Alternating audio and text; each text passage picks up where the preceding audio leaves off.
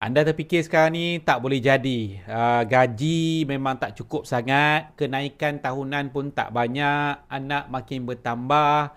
Mungkin ada yang student nak bagi pada mak ayah. Mungkin rasa nak pakai kereta. Nak tambah rumah dan ada bebanan hutang. So you kena cari something untuk you buat business secara part time. You masih lagi nak bekerja sebab itu income tetap. Tapi tak cukup, perlukan tambahan. Jadi saya nak share dalam video ni macam mana you nak buat duit secara part time. Apa strategi yang you boleh buat untuk buat duit yang secara part time, tetapi income part time tu konsisten macam gaji. Tak guna juga you ada income bulan ni additional tambahan 1,500, 2,000, tapi bulan depan income tu tinggal 700. Bulan satu lagi income tu tinggal 200. Jadi itu bukan jenis part-time income yang saya panggil reliable. Tak reliable, maka kita pun tak boleh nak upgrade apa-apa dalam hidup kita sebab income kita tak stabil. Jadi anda yang first time tengok video ni, saya nak minta anda untuk klik butang subscribe dan komen. Saya dah subscribe. Pertama sekali, saya nak ucap tahniah. You ada keazaman, keinginan untuk usaha untuk tambah income. Kalau orang lelaki, saya memang tabik spring. Sebab ingat, you ada banyak tanggungjawab yang you tak boleh bermalas-malas, you tak boleh ada alasan, you kena work something untuk tambah pendapatan. Okay, so saya nak share strategi berdasarkan apa yang saya dah buat sejak 12 tahun lalu. Berdasarkan saya dulu adalah full time kerja dalam industri oil and gas, sangat-sangat sibuk. Travel seminggu saya akan fly 2 kali. Seminggu saya akan fly 2 kali. Driving sebulan lebih pada 5,000, 6,000 kilometer sebulan. Tapi saya masih boleh buat secara part time dan income saya stabil. Sampailah 2015 saya boleh resign dan saya work from home. Dan saya ada kebebasan masa dan life yang alhamdulillah jauh lebih sihat, jauh lebih gembira daripada dulu. Strategi dia simple. Kita hidup dikelilingi oleh manusia. Manusia online dan manusia offline. Bisnes lahir daripada adanya masalah. So, bisnes ni kita kena solve masalah. Nak dapat duit tu, kita kena selesai masalah manusia. So, masalah yang paling kritikal adalah masalah dari sudut keperluan manusia. Saya pernah jual macam-macam produk yang tak keperluan sangat. Contoh, saya pernah jual produk serunding. Tak keperluan tapi dia tak ada keperluan yang terlalu kuat. Contohnya macam raya je orang nak makan serunding. Jadi, saya bertukar kepada bisnes yang orang perlukan setiap hari.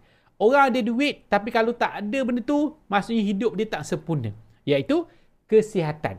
Tengok sekeliling kita, family member kita, anak beranak kita, kawan-kawan kita, semuanya majoriti ada masalah kesihatan, sekecil-kecil jerawat jeragat, sebesar-besar gout, resdung, gastrik, sakit lutut, kan, orang yang tengah hamil perlu kepada kesihatan dia, orang yang ada masalah kencing manis, semua jenis. So, saya supply kesihatan kepada network saya. So, bila saya bekerja full time, saya ada 2 jenis market.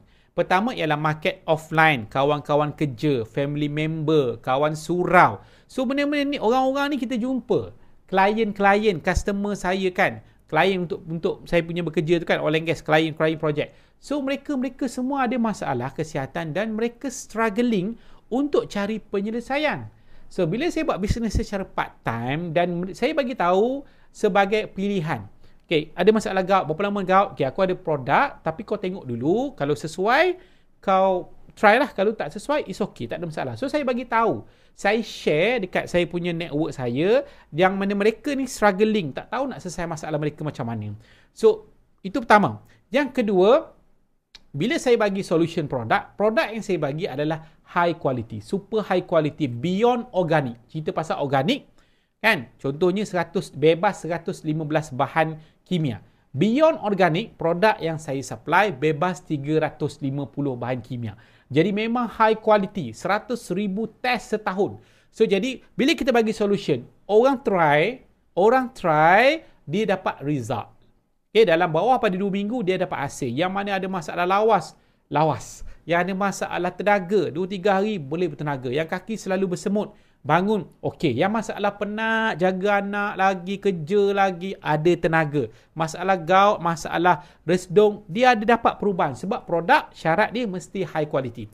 So, bila saya solve masalah ni kepada kawan-kawan saya, okay, ada tak untuk resdung? Ada tak anak untuk anak asma? Anak mak saya masalah sekedah tu? Ada. Semua produk. Kita ada lebih pada 60 produk.